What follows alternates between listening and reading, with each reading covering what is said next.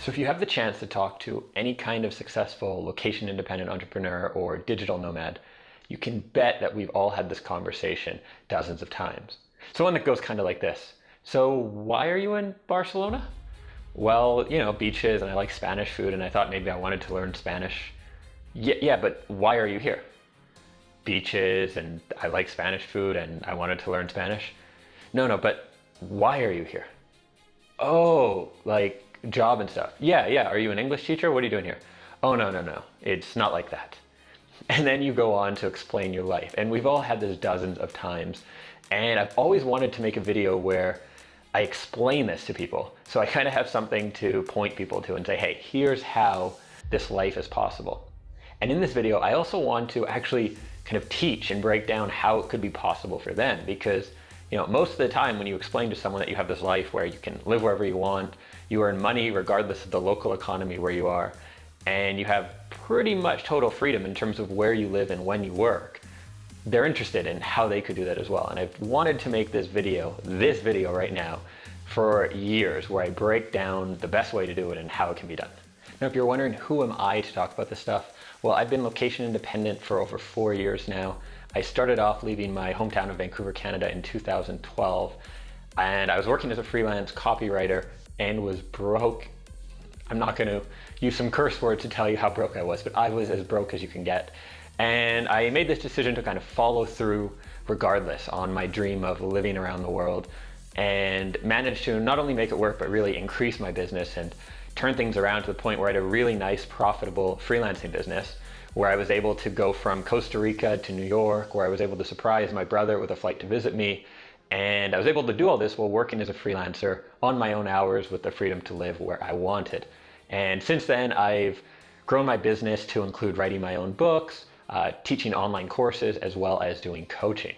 So I have a fair share of experience, not only through my own life, but also working one-on-one with other people as they went through this journey of becoming a freelancer and then designing their own life around that. Now, I hope you don't mind me talking about myself a bit. I've been told I have to put that in these videos because people want to know, who is this guy? Why should I listen to him? So now that we have that out of the way, I want to go back to our original premise, which is that conversation that comes up time and time again, where I'll run into someone who says, I want your life. How can I have that kind of freedom and work for myself? And I want to go through kind of what I would tell them, what I do tell them in that conversation. So the first thing I would say, and I want to say about working for yourself, is don't overcomplicate it. It doesn't have to be this crazy complicated thing. Now, I think the best way to get started in terms of working for yourself and having the freedom to set your own schedule is freelancing, consulting, or coaching. There's a bunch of reasons why I think this is by far the best way to get started. I'll go through that later on in the video, but for now, just roll with me here. So within this area, you don't need to overcomplicate things. A lot of people, myself included, especially myself, we have an instinct of making things more complicated than they need to be. Ultimately, what a good freelancer does is they provide value. Now, for the rest of the video, I'm going to use the term freelancer, but know that I include consulting and coaching within that category of freelancing here, okay? Now, what a good freelancer does is they provide value. They find a way to give other people value with their service, and that's it. It doesn't need to be more complicated than that. Now, once you figure out how to provide value, and we'll talk more about what that is, what is value and how can you provide that. Once you figure out how you can provide it, then the next step is figuring out how you can provide it in the best way. So you start out providing value and maybe you're earning $25, $35, $50 an hour. And then you can progress with that and find out, okay, wait, how can I give more value and more value? And that's basic business, is you give someone value and they pay you for that. And sometimes this is hard to wrap our heads around because it's not really how it works in the employee sense. I mean, every relationship, I believe, is an exchange of value. But in an employee-employer sense, it's not as obvious, it's not as direct, and it's often not as fair. You could provide your employer with tons and tons of value, and that doesn't mean they'll necessarily give it back to you. But as a freelancer, you have a lot more equality there in terms of the value you give and the reward you receive back. So the first question to ask yourself is, what is something that you do or can learn to do better than most people? That's your starting point. When you have something that you can do better than most people, and I don't mean the best in the world to start out with, or even the best in your city, but I mean better than most people. Once you have that, you have the starting blocks for providing value to people. So let me give you an example that I use with my clients sometimes to really help convey this and help build your starting confidence. So when you're just getting started, it can be really hard to believe in your work or feel confident in why someone would pay you for something. Now, this can especially be true in the more artistic freelancing professions like writing or design. I started out as a writer myself, and it's weird to think, wait, someone's going to pay me $100 an hour to just write for them? Like, doesn't everybody know how to write? Actually, I was a terrible speller in school. So from a traditional point of view, I'm probably actually a bad writer. So how is it that someone's willing to pay me for that work? Well, look at it this way. We all have a certain set of skills and strengths. Now, our strengths are more built in, whether it's from childhood or genetics or whatever else. They're kind of what we have to work with.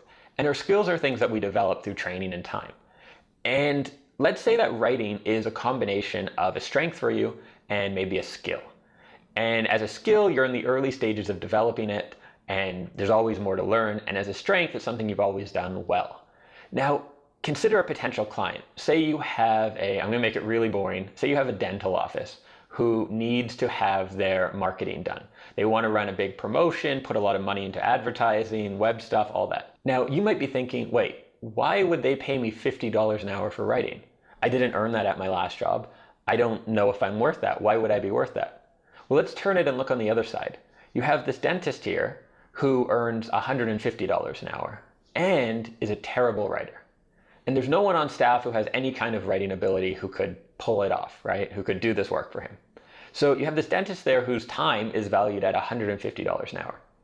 And if he was to do his own writing, it would probably be bad and take him longer than it would take you and be costing him $150 an hour of time that he could otherwise be working with patients. So if you come in and you say, hey, I'm going to charge $50 an hour and I'm a good writer, you're delivering huge value there. You're, number one, saving him $100 an hour in terms of that trade-off of his hours versus your hours. Number two is you're probably delivering, in fact, I can guarantee you're delivering a higher quality of writing than he would get doing it himself. And number three, you're taking this burden off of him of having to do his writing. People never think of this, but if you have a task in your business that you really don't like to do, having someone help you do it where you can trust them and they will take it over is a huge value. So you're delivering value in 3 different ways for this person. And you're earning that $50 an hour more than you can know. So at a basic level, that's what freelancing is. It's providing value for someone with a skill you have, and I would recommend a skill that you build off of existing strengths. It's really simple, and it doesn't take years and years to start delivering that skill. Now, it does take years and years of improving that skill to become one of the best, to become one of the people who can earn $150 or $200 an hour working from anywhere. But initially, to get started, you just have to be better than most people at that and be willing to work and sort out the client relation stuff, in terms of getting paid and setting up proposals and all that. And that's it. It's not that complicated. Now, the cool thing with freelancing is that you can start out this way and then you can build it into something more. So you can start out, say, just taking a strength you have, developing a skill around that, and then offering it as a basic service where you say, hey, I'll write for anyone. Like, I'm a hired gun, you need writing, I'll do writing. And you start out at a basic rate. Say you start out at $40 an hour, right? You start out that way, and what's really cool there is you're getting income right away. So you already have some freedom. If you want to travel or work from other places, you could do that. And you're earning a good income. I mean, I wouldn't say it's great, but it's a great starting place to be at. Now you can take that and start to complicate it, right? You want to start out really simple, but then you can look at ways to complicate it and take it to that next level. So you might start to notice when you work with your clients that, hey, they also have this problem, or 90% of what they want me to do revolves around this one area, and the rest of the work isn't really helping them that much. So let's focus in on this work and then double my rates and deliver really good value by just focusing on the stuff that's going to get them results. So there's lots of options where you can grow the freelancing career and take it to a place where you're delivering more and more value and you're being paid more and more for delivering that value. And of course, the more value you can deliver with your work, the more freedom you can have. Now, someone with a freelancing business who is required to be by their clients, they have to go into the office, they have to keep a fixed schedule because the clients say, we want to be able to get hold of you. That's a person, I can almost guarantee you, who is not delivering exceptional value. The reason that they need to be there, they need to go into the office, they need to be on the phone all the time, be responding to emails, is because they don't give enough value to have power in that relationship. They're replaceable. And so the client at any time can say, hey, if you won't do it, we'll hire someone else with your exact same skill set. You're not delivering anything exceptional to us. Now, as you move towards delivering exceptional value, that's when you can develop more and more freedom, because there may only be you or a handful of yous who can do what you do with your style and with your personality and everything else, right? Which gives you a unique advantage because your clients can't replace you. And because you're delivering value, they don't care where you live. They don't care if you come to every teleconference meeting or show up to everything, because you're delivering them huge amounts of value. And that's what really separates the freelancers who are free in a way, like they work for themselves and they can technically travel, and the freelancers who are really free and can set their own schedules and set their own locations and how they work with clients and really determine those relationships. Is because they're delivering a high amount of value and they have a very specific understanding of their clients' needs and how to give them value. And with that, they gain a lot of power in that relationship. And so they can call the shots in how it works. So let's say you're on board. You think, freelancing, this could work for me. This sounds like a pretty good deal. How do you actually get started? What are those steps? What do you need to do to go from starting out to having a life of freedom, to being location independent and all this good stuff? On the theme of simplicity, we're going to keep it really simple. So the first thing, and you might already be past this stage, but I want to include everything. The first thing is deciding what you're going to actually do. Now, for some people, it's pretty quick. When I decided I wanted to be a copywriter, I read some books on copywriting. I always liked advertising ever since I was a kid, and it seemed like the right thing. It was pretty instinctual. For other people, there can be some more self-reflection and kind of go through some processes to figure out what is the right thing to do. But ultimately, you want to answer the question, based on my strengths and skills, how can I provide a lot of value to people? And enjoy myself, of course, right? But usually, if you're doing something that's in your strengths, you'll enjoy it, because we all like being good at stuff, right? So if you're doing something that you're naturally good at, you usually enjoy it more, you get a lot of fulfillment and satisfaction from it, so it works well together. So that's the first step. What am I actually going to do? Next is you want to brush up a little bit on the skill side, if you need to, right? Depending on where you're at with that. So in my case with copywriting, it was having read a few books. I think I might have read one more book before I started being a copywriter. And that's just to get you started on the skill development. I in no way advocate read a book on whatever your skill is and then that's it for the rest of your life. But it's to get you started. And then the next thing is get a client. Get started getting paid for your work. I know it seems early, right? You read a couple books, decide what you want to do, start charging people, but you will learn so much faster in the real world. And as I talked about before, if you have a natural strength for what you're doing and you've read a couple books and got started, you're going to be able to deliver value. You're going to still be able to help people with your work. You might just charge a lot less when you're starting out. You will learn so much faster starting out with paid work and starting out as soon as you possibly can. So there's a lot of benefits to starting out with paid work. One, you get paid, right? Not a bad thing. The other is that it gets over that first hurdle. It's a weird thing psychologically to think of ourselves as having a new profession. To say, I'm a copywriter, I'm a designer, I'm an SEO consultant, whatever it is. It's weird. There's kind of a confidence hurdle.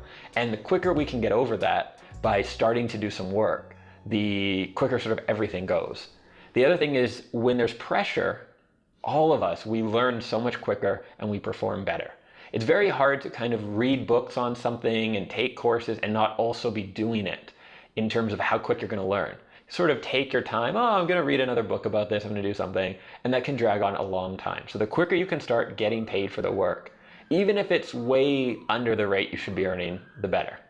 So how do you get your first clients? Well, I'm a big fan of designing your marketing strategy around you and your strengths, right? If you're someone like me who doesn't like confrontation, don't do cold calling. That's not going to go very well, right?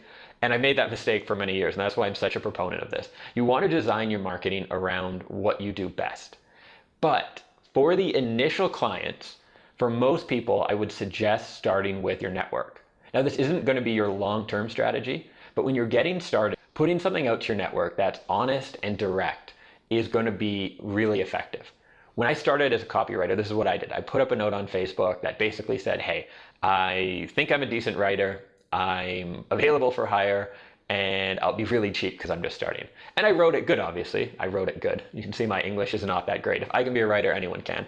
But what it was is I put it together in a way that demonstrated my writing ability, and I put it up on Facebook. And you might have heard me tell this story before, but I put it up on Facebook and I went out for a run, and I came back an hour later and I had 2 clients, basically. Messages from people who became clients within a day of that. And that's how it got started for me. Now, not everyone has a network to go to in that, but generally almost everyone, between your network and people they would know, there's going to be a couple people who could potentially hire you. So I really recommend starting with your network, but there are other strategies and things you can do if you sort of move to a new country and literally don't know anyone or something like that. There's other things you can do. So we started out with choosing what you want to do, polishing up that skill, getting your first client, and then the last thing you want to do is turn pro. And I'm going to talk about this more in a future video, but turning pro is when you go from dabbling from the little leagues to the big leagues. And that's when you start to really grow yourself and your business to the point where you can be earning really good income while having a lot of freedom in your life. And that's what we'll talk about in a future video here. So we started this conversation trying to answer the question is, how can I have a life with more freedom? How can I be able to live where I want and set my own schedule? And I want to go back quickly to why I think that freelancing is the best way to do it, because it's obviously not the only option. There's things like teaching English, getting a remote working job, or trying to build one of these magical passive income machine businesses. And I am very, very adamant that freelancing, whether that's actually freelancing or consulting or coaching, is the best way to go. So I want to go through why I think that is, and then I'm going to go through a couple tips for being successful and things to look out for as well, some common challenges. Now, the first reason that I think freelancing is the best way to go is that there's a clear value proposition. And what I mean by that is it's simple. You deliver good value to someone and you get paid back for it. A lot of other sort of online businesses, those sort of things, it's a very gray area, weird business. And it's hard to figure out, what am I actually doing? What's the value I'm delivering? What do I have to do to get paid? And because of this, freelancing usually has almost immediate income. You know, you can start earning an income within your first month if you get clients, and generally can have a somewhat consistent income. Now, of course, there's ups and downs depending on when you get clients and everything like that, but it's not something where usually your income will just disappear out of the blue. And so it's a really great way to have that freedom right away. Whereas a lot of other options might require you to spend a lot of time up front, maybe years, before you can actually have that freedom to travel or set your own schedule. Freelancing allows you to do it pretty much from the beginning. And compared with the other, like remote working for a company or things like teaching English, those just don't have that much freedom. If you have to keep a schedule with your company back home, that's just not great in terms of your flexibility with, you know, when you wake up, when you can go out, when you can travel, things like that. The second thing I really like about freelancing is you're developing a skill that you can then apply later on if you decide to start a different kind of business or do something else. So whatever you choose to do, whether it's becoming a social media manager or an SEO consultant or a writer or a graphic designer or a video editor, that's a skill that you can then apply to your own business. Let me tell you, I wish I had that video producing skill this week while I'm trying to put this together, okay? And whatever that is for you, you develop that skill, and if, heaven forbid, and I would never ever want you to have to do this and go back and get a job, but if you ever did need to go back to the job market, you now have a really good skill that you can add to your resume.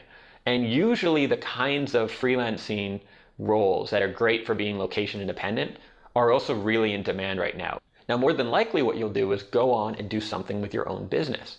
And if that's the case, you now have the skill that you can use for yourself. Now, the third thing that you're developing is business-specific skills and a network. So when you're just starting out working for yourself, there's a lot of things you learn, right? In terms of how to maintain a schedule, manage yourself. How do you work through the bad days? How do you just organize yourself? You know, how do taxes work? How do you set up companies? All this sort of stuff. And you figure that out when you're a freelancer, and you build those general business skills. You also build your network.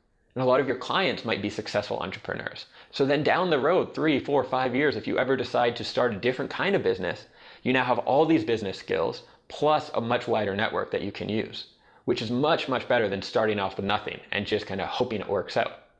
On that same note, if you're new to business, when you're just starting out, it's pretty hard to spot opportunities.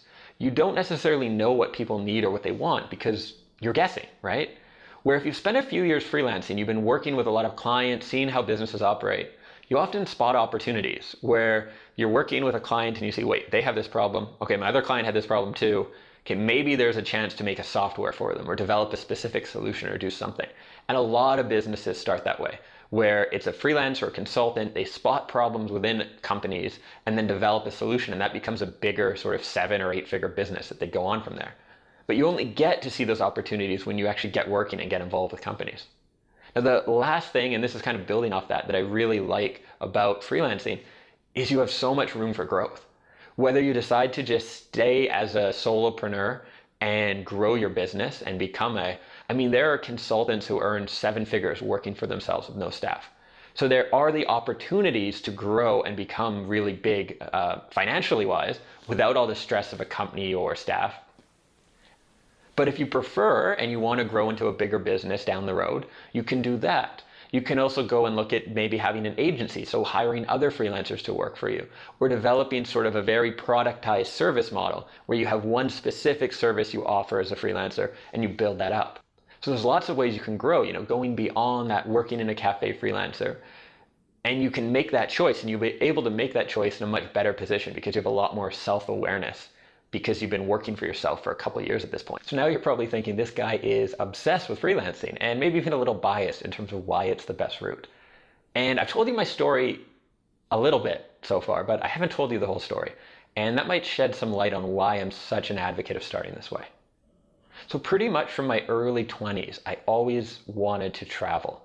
I had this 1-week trip to Mexico after a terrible breakup, and just ended up being so much fun. Like, I was that total gringo, getting wasted at Señor Frog's, get kicked off stage. It was pretty funny.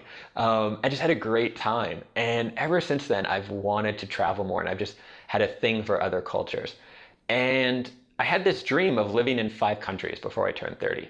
Now, being this overly ambitious 20-something-year-old who'd had a little too much Tony Robbins, I figured that I would build a company. I would sacrifice, work hard every day, every hour I could. I would build this business, and then I would be successful. And then I could go travel. I could go live out this dream of living in 5 new countries.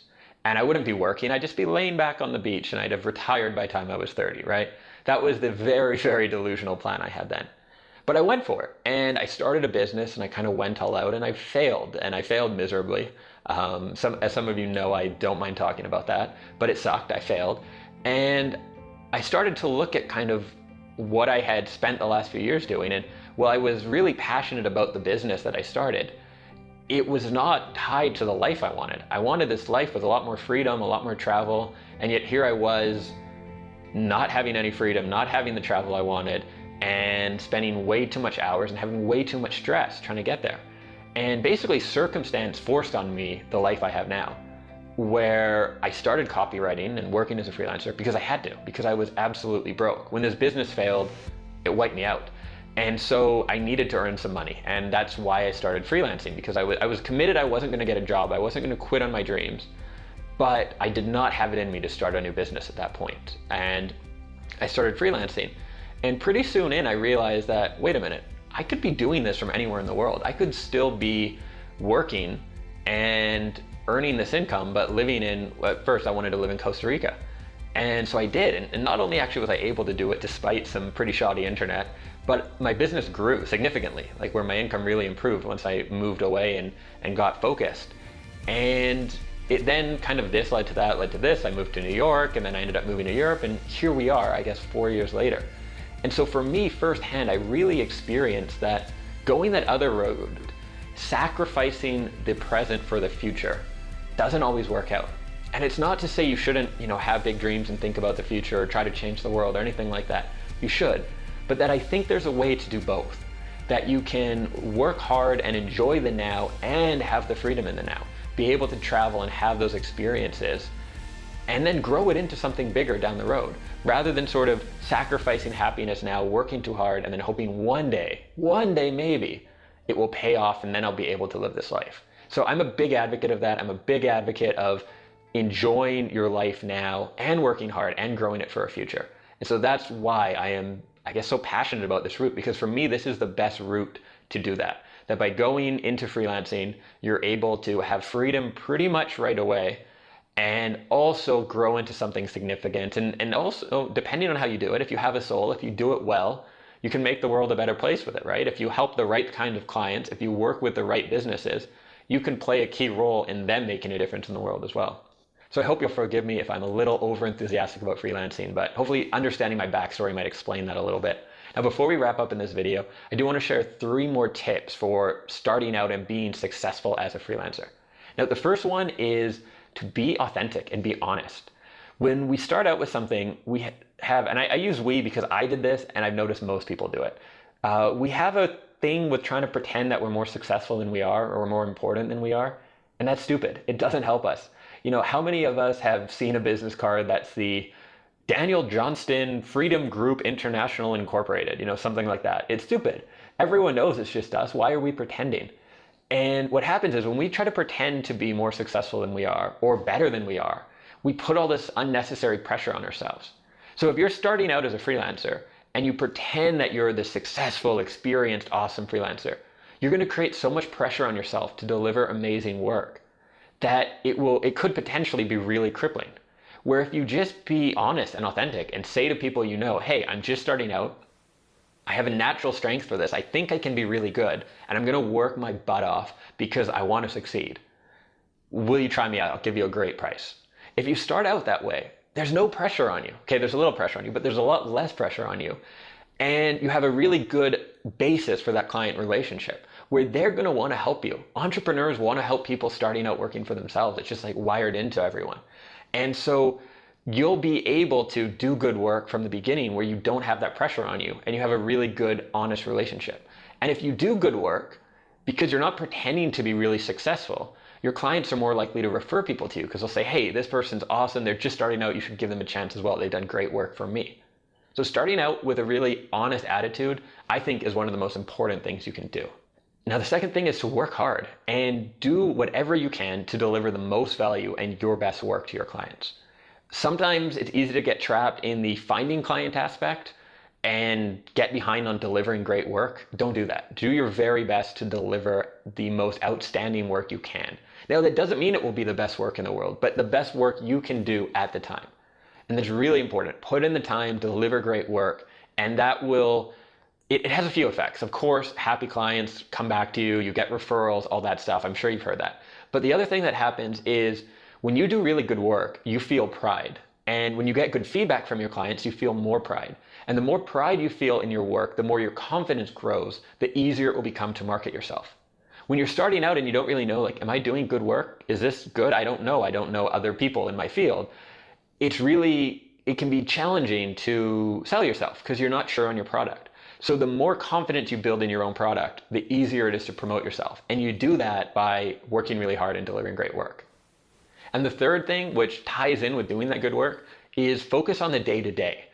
I know you have a vision of traveling and freedom and this lifestyle, and I don't blame you. I had the same vision. I think that is an important part of kind of pushing ourselves forward, is thinking, what do I want to create in my life and all that kind of stuff. But it's really important to focus day to day on delivering that good work. So think, okay, in 3 months, I'm going to move to some tropical beach. Great. But day to day, dive deep into the work. Say, today, my only concern is doing the best work I can for my clients. Or my only concern is doing as much marketing as I can and getting clients. Whatever that is, the days, like your days will build your weeks will build your months. I'm sure you've heard this, right? Your months build your years. The more you can get into those moments and kind of get into the flow each day, the more that you'll kind of leap forward in terms of productivity and growing your business. So we've covered a lot here today, and I want to give you some props for sticking with me. It's a long video, and most people, I'm sure, have clicked off, right? We live in this YouTube generation of it's got to change camera angles every 4 seconds so you can't hold people's attention.